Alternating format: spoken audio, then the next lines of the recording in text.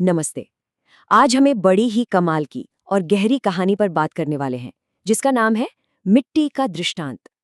ये एक ऐसी कहानी है जो हमें सृष्टि के सबसे बड़े रहस्यों में से एक पर सोचने पर मजबूर कर देती है। और कहानी की शुरुआत ही होती है एक बहुत ही सीधे लेकिन उतने ही गहरे सवाल से। सवाल ये है कि परमात्मा ने सभी प्राणियों में जो सबसे श्रेष्ठ प्राणी बनाया, यानी इंसान, उसे बनाने के लिए सिर्फ मिट्टी ही क्यों चुनी? तो चलिए इस पहेली को सुलझाने के लिए कहानी में थोड़ा और अंदर चलते हैं। शुरुआत करते हैं ठीक उसी पल से जब ये सारी सृष्टि रची जा रही थी।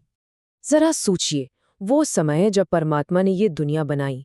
उन्होंने ऊंचे ऊंचे पहाड़ बनाए, कल कल करती नदियां बहा दी, हर तरफ पेड़ पौधे उगाए और फिर इस दुनिया को तरह तरह के पशु पक्षियों से भर दिया। और जब ये सब हो गया, तब जाकर उन्होंने अपनी सबसे सबसे खास रचना को शक्ल दी, इंसान को। और कमाल की बात देखिए, उन्होंने किसी सोने चांदी का इस्तेमाल नहीं किया। नहीं, बस साधारण सी गीली मिट्टी ली, उसी मिट्टी से इंसान का पुतला बनाया और फिर उसमें फूंक दी जान। है ना सोचने वाली बात कि सबसे बढ़िया रचना के लिए सबसे मामूली चीज चुनी गई। और अपनी इस शानदार रचना को बनाने के बाद परमात्मा ने सभी देवताओं को बुलाया और बड़े ही गर्व से कहा, देखिए, ये है मेरी सबसे बेहतरीन रचना।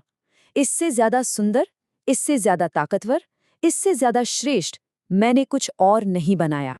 अब जहां एक तरफ सारे देवता वाह कर रहे थे, इस अद्भुत रचना को देखकर हैरान थे, वहीं एक देवता के मन में एक सवाल उठ खड़ा हुआ, एक शक पैदा हो गया। उनको परमात्मा का ये फैसला कुछ जमा नहीं। तो उन्होंने परमात्मा से पूछा, प्रभु, आपकी यह रचना तो कमाल की है, इसमें कोई शक नहीं, लेकिन एक बात मेरी समझ में नहीं आ रही कि इसे बनाने के लिए आपने सिर्फ मिट्टी का ही इस्तेमाल क्यों किया। मतलब उस देवता का सवाल सीधा सीधा इस्तेमाल हुई चीज की कीमत पर था। उनका मानना था कि भाई इतनी महान रचना है तो इसे बनाने के लिए कोई कीमती चीज लगनी चाहिए थी, है ना, जैसे कि सोना या चांदी। उनका तर्क बिल्कुल साफ था कि देखो, इतनी बड़ी रचना को सोने से, चांदी से, या चलो कम से कम लोहे जैसी किसी मजबूत धातु से तो बनाना ही था। ये क्या कि साधारण सी गीली मिट्टी से बना दिया। अब इस सवाल के जवाब में परमात्मा ने मुस्कुराकर एक बहुत ही सीधी सी बात कही, पर उस सीधी सी बात में जिंदगी का सबसे बड़ा राज छिपा था। परमात्मा ने बड़े ही आराम से पूछा, अच्छा एक बात बताओ, क्या कभी किसी ने सोने में से कुछ उगते हुए देखा है, या चांदी में से, या फिर लोहे में से कोई पौधा निकलते देखा है? नहीं ना। जीवन तो सिर्फ मिट्टी में ही खिलता है। क्या जवाब था। उन्होंने आगे समझाया कि देखो, ये मिट्टी ही तो है जिसमें वो जादू है, जिसमें जीवन देने की ताकत है।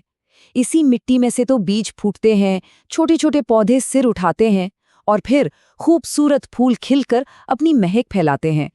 और ये एक जवाब ही असली दौलत की पूरी परिभाषा बदल देता है ना। ये हमें बताता है कि असली कीमत बाहरी चमक दमक में नहीं, बल्कि अंदर की क्षमता में होती है। तो मतलब इस पूरी कहानी का निचोड़ क्या है? यही कि सोना, चांदी, ये सब धातुएं बेशक कीमती हैं, पर उनमें जान नहीं है। वो बेजान है, वो कुछ पैदा नहीं कर सकती। जबकि वो साधारण सी दिखने वाली मिट्टी, जिसे शायद हम कोई मोल न दें, असल में वही तो हर तरह की जिंदगी और बढ़त का असली सोर्स है। तो आखिर में ये कहानी हमें एक बहुत बड़े सवाल के साथ छोड़ जाती है कि महानता का, बड़प्पन का असली पैमाना क्या है?